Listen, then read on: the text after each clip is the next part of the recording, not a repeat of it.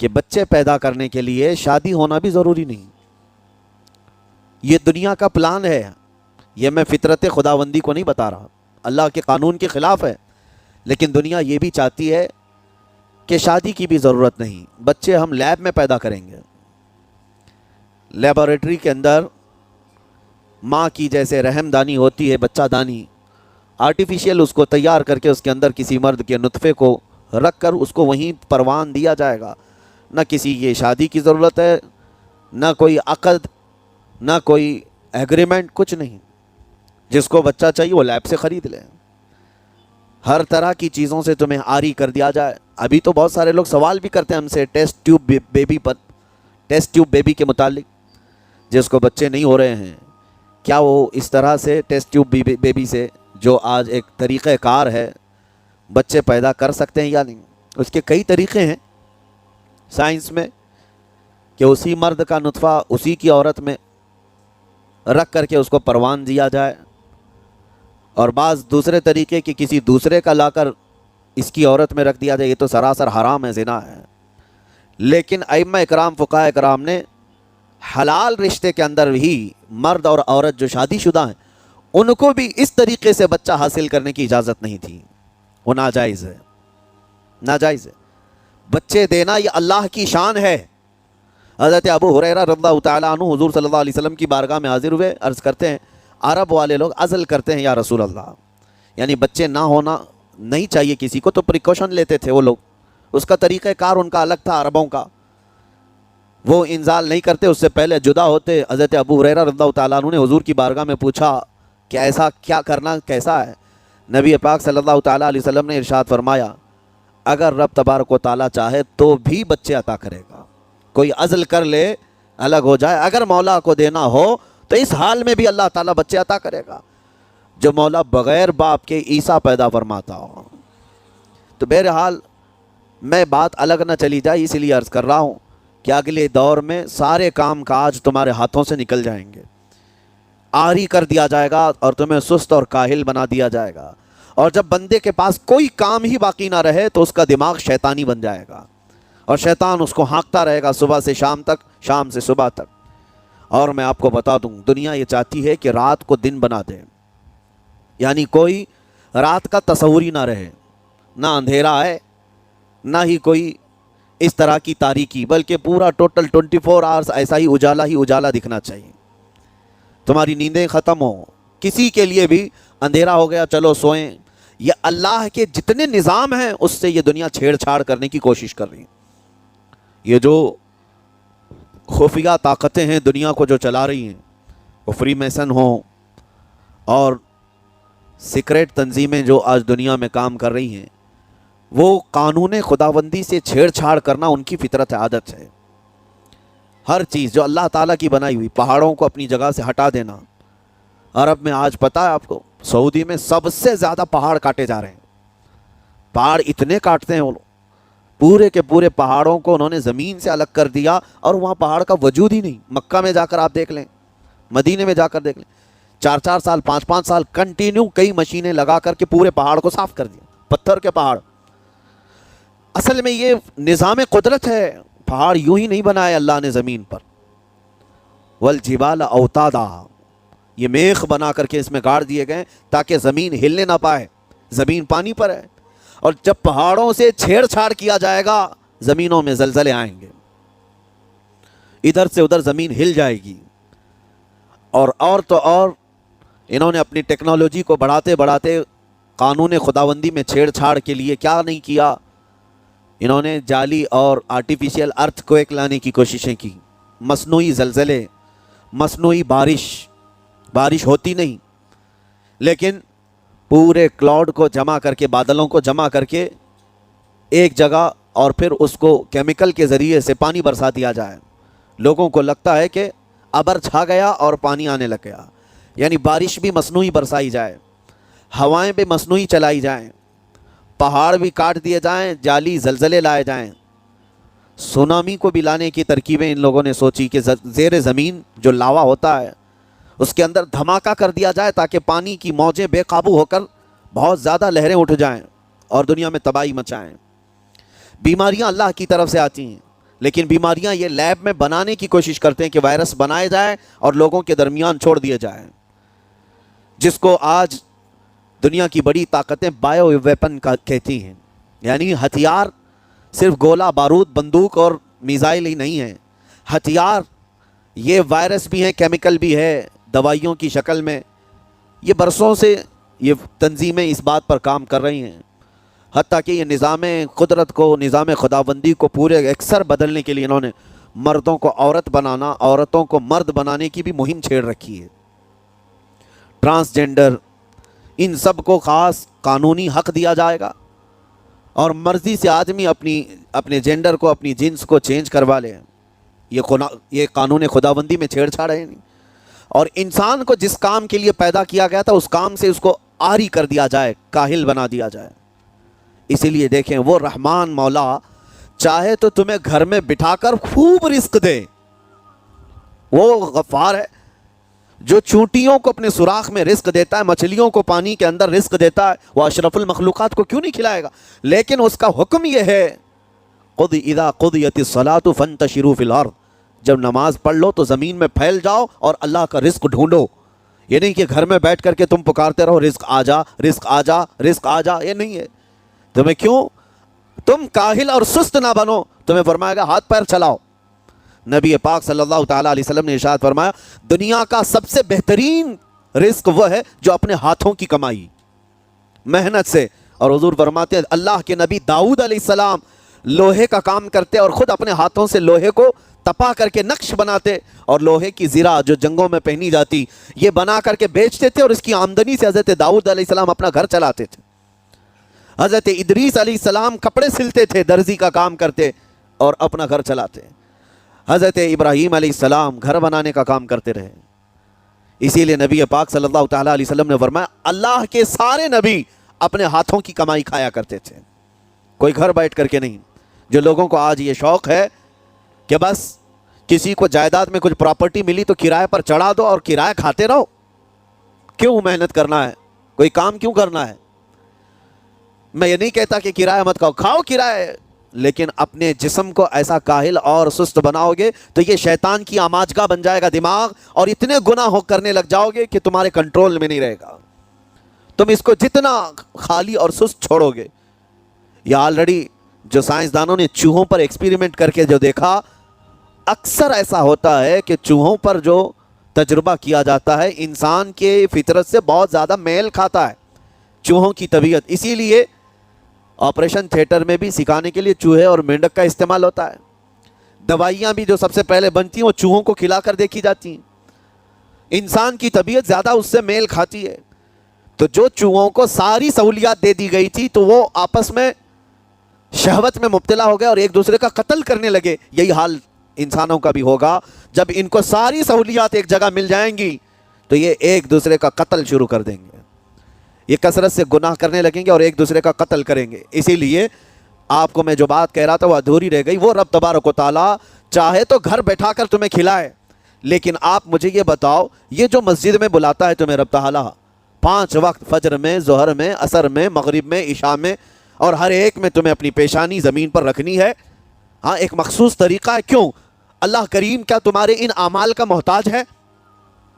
محتاج ہے رب تعالیٰ کہ تم جتنے سجدے کرو گے اس کا پاور بڑھے گا، اس کی طاقت بڑھے گی، تمہاری عبادتوں سے اس کے خزانے بڑھیں گے؟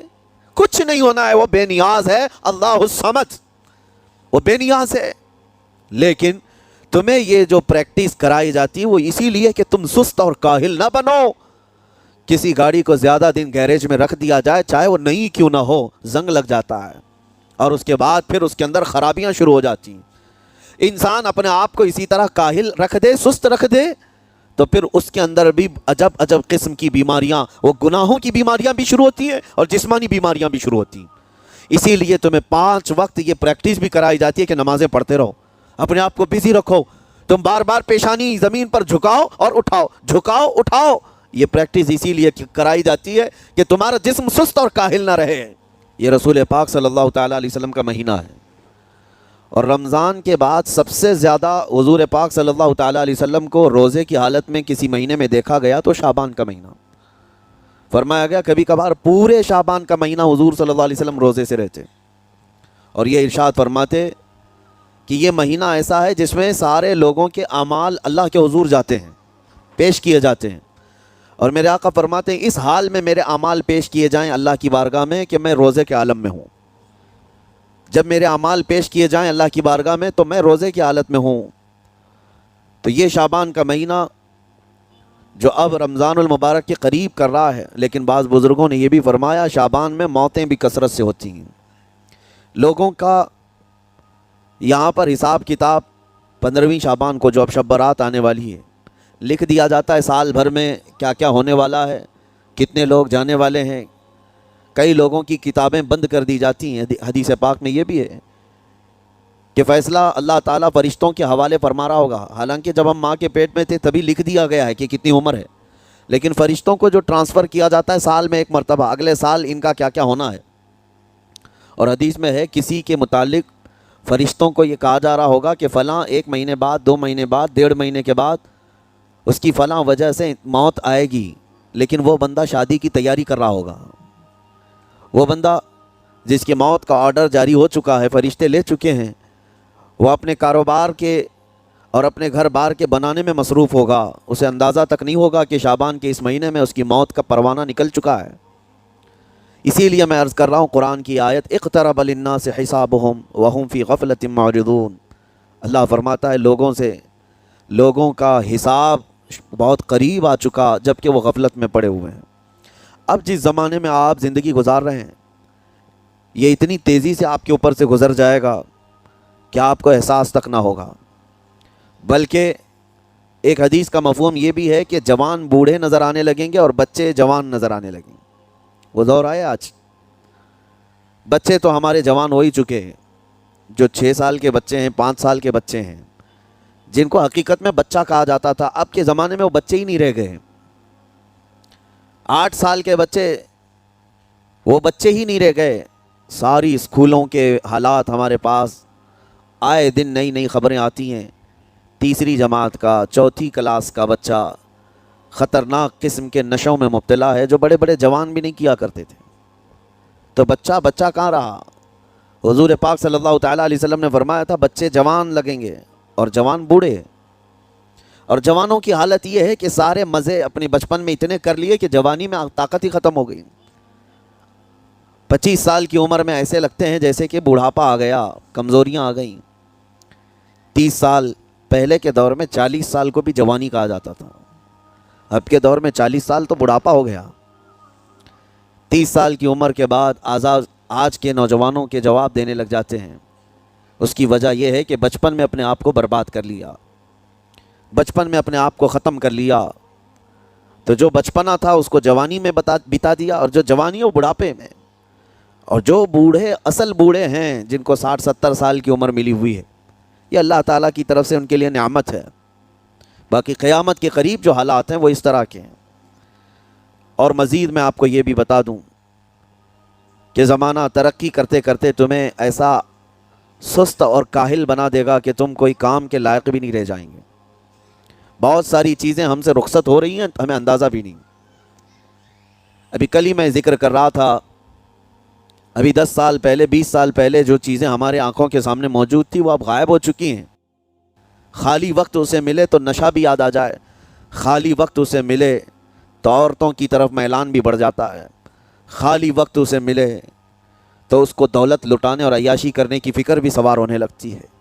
اپنے آپ کو کسی چیز میں مصروف کر لے، اور سب سے بہترین مصروفیت کیا ہے؟ اللہ اور اس کے رسول کا ذکر پاک ہے۔ یہ سب سے بہترین مصروفیت ہے کہ تم نے اپنے آپ کو اس میں مصروف کر رکھا تو اللہ تعالیٰ دنیا کی تمام مصروفیتوں سے تمہیں آزاد کر دے گا، برائیوں سے آزاد کر دے گا۔ قرآن میں رب تعالیٰ فرماتا ہے وَقَالُوا حَسْبُنَا اللَّهُ وَنِعْمَ الْوَكِيلُ، جنہوں نے یہ کہا ہمارا رب ہمارے لیے کافی ہے، ہمارا اللہ ہمارے لیے کافی ہے، اور کیا ہی بہترین مددگار ہے، کیا ہی بہترین وکیل ہے جس نے یہ کہا۔ اللہ فرماتا ہے اس کے فوراً بعد آیت آئی فَانْقَلَبُوا بِنِعْمَةٍ مِّنَ اللَّهِ وَفَضْلٍ لَمْ يَمْسَسْهُمْ سُوءٌ، اللہ ان لوگوں کو اپنی خاص نعمتوں میں لے جائے گا، ایسی جگہ جہاں کوئی برائی انہیں چھو بھی نہ سکے گے۔ جنہوں نے اللہ کی بارگاہ میں یہ کہا حسبنا اللہ ونعم الوکیل۔ آگے بھی ہے دوسری آیت ہے نعم المولا ونعم النصیر، جس نے یہ کہا اللہ فرماتا ہے ان بندوں کو اللہ اپنی خاص نعمتوں میں لے جائے گا اور فضل میں لے جائے گا، ایسی جگہ لم یمسسہم سوء، جہاں انہیں کوئی برائی چھو بھی نہ سکے گی، کوئی برائی نہ آ سکے گی۔ اسی لیے کثرت سے اپنے آپ کو مصروف رکھو۔ یہ جو محافل ہماری ہو رہی ہیں اللہ کرے کہ ہمیشہ قائم رہیں۔ ہم ہفتے میں ایک مرتبہ ذکر کی مجلس میں آتے ہیں اپنے دل کو اللہ تعالیٰ کی یاد سے معمور کرنے کے لیے۔ ویسے کھانا تو دن میں 3 مرتبہ اور کوئی تو 5 مرتبہ کھاتے ہیں۔ اپنے جسم کا بھرپور خیال رکھا جاتا ہے، ہماری روح کے خیال کے لیے ان مجلسوں میں آنا ضروری ہے۔ یہ مجلسوں کی پابندیاں، اور اگر آپ اس کو ہی یہ سمجھ کر نہ چلیں کہ ہم نے ایک بار ہفتے میں ذکر کر لیا تو اب کافی ہے، ہماری گاڑی بھی جو ہے پیٹرول بار بار مانگتی ہے، اس کو جس طرح سے چلاتے ہیں اس طرح سے اس کی خواہش بھی ہے۔ روزانہ گاڑی کو اگر کہیں کھڑی کر رکھیں تو زیادہ پیٹرول نہیں لگے گا، لیکن چلتی رہے تو بار بار پیٹرول کی ضرورت ہے۔ ہم میں سے ابھی کوئی ایسا نہیں ہے جو بستر پر پڑا ہوا ہے، ہر کوئی چل رہا ہے، پھر رہا ہے، دنیا میں مصروف ہے۔ تم اپنے کھانے پانے بھی کر رہے ہو، لوگوں سے ملاقات بھی کر رہے ہو، اس کا مطلب ہے تمہاری گاڑی چل رہی ہے اور اس کو پیٹرول بار بار چاہیے۔ اور یہی جو ایندھن ہے، یہ پیٹرول ہے، اس کا کام یہ اللہ تعالیٰ کا ذکر کرتا ہے۔ تمہارے جسم کو بیلنس رکھنے کے لیے، تمہاری فکروں کو بیلنس رکھنے کے لیے، تمہارے دماغ کو صحیح سلامت ایک نہج پر رکھنے کے لیے یہ ذکر کی محافل قوت دیتی ہیں۔ اگر اس ہفتے میں آپ نے ذکر کیا نہیں ہوا تو آپ اپنے ہی گھر پر سونے سے قبل بستر پر بیٹھ کر کیوں اللہ کا ذکر نہیں کر لیتے؟ 5 منٹ 10 منٹ اس مولا کو پکار کر کے سونے میں کیا حرج ہے؟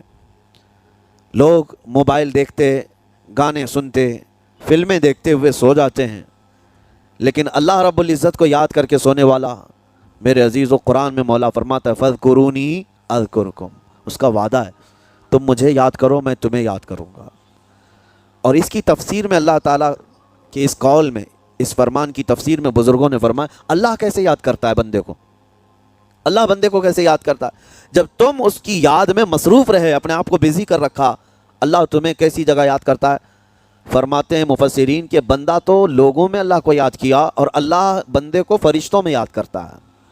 فرشتوں کے درمیان تمہارا ذکر ہونے لگتا ہے کہ فلاں کا بیٹا فلاں آج میرا ذکر کر رہا تھا۔ آج محفل ذکر سے جتنے نکلیں گے اللہ کریم ہمارا ذکر فرشتوں میں ضرور فرمائے گا، فرشتوں میں ضرور ذکر ہوگا کہ فلاں بندہ آج ذکر میں مشغول تھا۔ اور پھر یہ بھی فرمایا بزرگوں نے، مفسرین نے، کہ اللہ تعالیٰ وہاں یاد کرتا ہے جہاں فرشتے ہوں، فرشتوں کی محفل میں تمہارا ذکر۔ اور اس کے علاوہ یہ بھی فرمایا گیا کہ تم دنیا میں زندگی میں اسے یاد کرتے تھے اور وہ تمہیں مرنے کے بعد قبر میں یاد کرے گا۔ جب دنیا تمہیں چھوڑ دیتی ہے تب اللہ تعالیٰ تمہیں یاد فرماتا ہے۔ فَاذْكُرُونِي أَذْكُرْكُمْ کا مطلب یہ ہے وہ تمہیں یاد فرمائے گا، لیکن اس کے لیے کثرت سے تم اللہ کو یاد کرو، اللہ کو یاد کرو۔ تو بہرحال میرے عزیزو، قیامت کی نشانیاں جو ہم نے آج مختصر آپ کے سامنے رکھی وہ بہت تیزی سے تمہارے سروں پر آ رہی ہیں، اور تمہارے ہاتھوں سے بہت سارے کام اب چھن جائیں گے۔ ابھی آپ ترقیات میں خوشی سے بات کرتے ہوئے بیٹھتے ہیں نا، ڈسکس کرتے رہتے ہیں کہ سنا ہے ایسی کار آ رہی ہے کہ وہ اب بغیر ڈرائیور کے چلے گی، روبوٹ سے چلے گی۔ اس کو تو ہم خوشیوں میں ڈسکس کرتے ہیں کہ اچھا ایسا ہونے والا ہے۔ پہلے ایسا تھا کہ موبائل آپ بٹن کے دباتے تھے، کسی نے اگر خبر کر دیا کہ نہیں بعد میں صرف ٹچ کرنے سے آتا ہے تو آپ کہتے ہیں اچھا ایسا بھی آنے والا ہے۔ لیکن آپ کوئی کہے تو آپ کو کوئی تعجب نہیں، ٹچ اسکرین، کوئی تعجب کی بات نہیں، بنا ڈرائیور کے گاڑیاں آ جائیں گی۔ اس طرح ہوتے ہوتے نظام زندگی اس قدر بدل جائے گا، اس قدر بدل جائے گا۔ آج میری یہ بات نوٹ کر کے رکھ لیں، زندگی باقی رہی تو 10 سال بعد انشاءاللہ ہم ملاقات کریں گے، اگر اللہ نے زندگی باقی رکھی، اور اس کے بعد پھر ہماری یہ باتیں میچ کر کے دیکھیں کہ کیا کیا ہوا ہے اور کیا کیا دنیا بدل چکی۔ اسی لیے میں کوئی بھوشمانی نہیں کر رہا ہوں، اور نہ ہی کوئی جوتش بابا ہوں طوطا لے کر جو بیٹھتا ہے، یا تمہارے ہاتھوں کی لکیریں دیکھ کر کے کوئی فیوچر بولنے والا نہیں۔ مصطفیٰ کریم صلی اللہ تعالیٰ علیہ وسلم کی احادیث سے جو قیامت کے قریب ہونے والے رونما ہونے والے واقعات ہیں، میں ترجمانی کر رہا ہوں حضور کی حدیثوں کی، اس لیے کہ ہمیں پتہ ہے دنیا کے سارے سائنسدان جھوٹ بول سکتے ہیں، مدینے والے کی بات جھوٹ نہیں۔ میرے آقا صلی اللہ تعالیٰ علیہ وسلم کا فرمان جھوٹا نہیں ہو سکتا۔ اس لیے اگلا دور جو آ رہا ہے وہ بڑا سخت ترین ہے۔ اب آپ دیکھیں محنت سے عاجز، ہر چیز سے محنت سے تمہیں نکال لینا ہے۔ میں نے تو لکھنے پڑھنے کی ایک مثال دی کہ تمہارے ہاتھوں سے قلم چلا جائے گا، تمہارے پاس سے کتابیں جو پرنٹ ہوتی تھی یہ بھی چلی جائیں گی، بس تم موبائل میں آڈیو کتابیں سنتے رہو، اور دور تو ایسا ہوگا کہ کچھ لکھنا بھی ہے وہ بھی ابھی آ ہی چکا ہے، وائس کمانڈ جو ہوتا ہے اس کو بولو وہ لکھ کر کے دے دے گا۔ اللہ کریم بندوں کے تمام مصالح اور ان تمام حاجتوں کو بہتر جانتا ہے کہ بندہ کس میں بہتر ترقی کر سکتا ہے۔ اسی لیے میرے عزیزو، اپنے آپ کو خالی مت چھوڑو، اپنے آپ کو خالی مت چھوڑو۔ اور وقت ہمارے پاس اتنا کم ہے کہ حساب دینے کے وقت ہمیں سب کو پتہ چل جائے گا قیامت کے دن۔ یہ بھی روایت میں ملتا ہے کہ بندہ یہ یاد کرے گا کہ میرے پاس اتنا وقت تھا، کاش میں کچھ نہ کرتا تسبیح لے کر بیٹھا ہوتا، کاش میں کچھ نہ کرتا دعائیں کر رہا ہوتا، تو اللہ تبارک و تعالیٰ اس کا بدلہ مجھے قیامت میں عطا کرتا۔ لیکن جنہوں نے اپنے اوقات کو یہاں پر خالی گنوا دیے، فضول میں برباد کیے، وہ بہت پچھتاوے میں ہوں گے، بہت پچھتاوے میں ہوں گے۔ جتنا وقت اپنے پاس باقی ہے اس کو مصروف کر دو، اس کو مصروف کر دو۔ اللہ کریم ہم سب کو گزرے ہوئے تمام برائیوں کے کفارہ ادا کرنے کی توفیق عطا فرمائے۔ رب تبارک و تعالیٰ ہمیں سستی اور کاہلی سے محفوظ فرمائے۔ میں آپ کو اس لیے بھی ایکٹیو کر رہا ہوں کہ اپنے آپ کو اتنا پابند کر لو کہ رمضان آنے والا ہے اور اس میں عبادتیں زیادہ ہوں گی۔ کیوں 20 رکعت کھڑے ہونے میں تمہارے جسم میں سستی اور کاہلی نہیں آنی چاہیے۔ ہاں ایک دن تراویح میں جوش میں آیا اور دوسرے دن افطاری کر کے خراٹے لینے لگ گیا، کھا کر کے پورا سو گیا، اور اس کے بعد پھر پتہ چلا سیدھے شب قدر میں آیا ہے۔ تو رمضان المبارک کو بھی جن لوگوں نے ایسا برباد کیا وہ پچھتاتے رہ جائیں گے۔ اور کچھ نہیں، رمضان ہر دن نہیں آنے والا ہے اور ہر مہینے نہیں آتا ہے، سال میں ایک مرتبہ رمضان اللہ کا مہمان ہے۔ اس کے آنے سے پہلے اس کی آنے کی تیاریاں بھی کر لو، اپنے جسم کو ابھی سے اتنی عادت ڈالو، بلکہ جسم کو نہ صحیح لیکن دماغ کو اتنا بنا لو کہ مجھے یہ کرنا ہی ہے۔ یہ رمضان آئے گا تو میں ختم قرآن ضرور کروں گا، یہ رمضان آئے گا تو تراویح کی ایک رکعت بھی میری مس نہیں ہوگی۔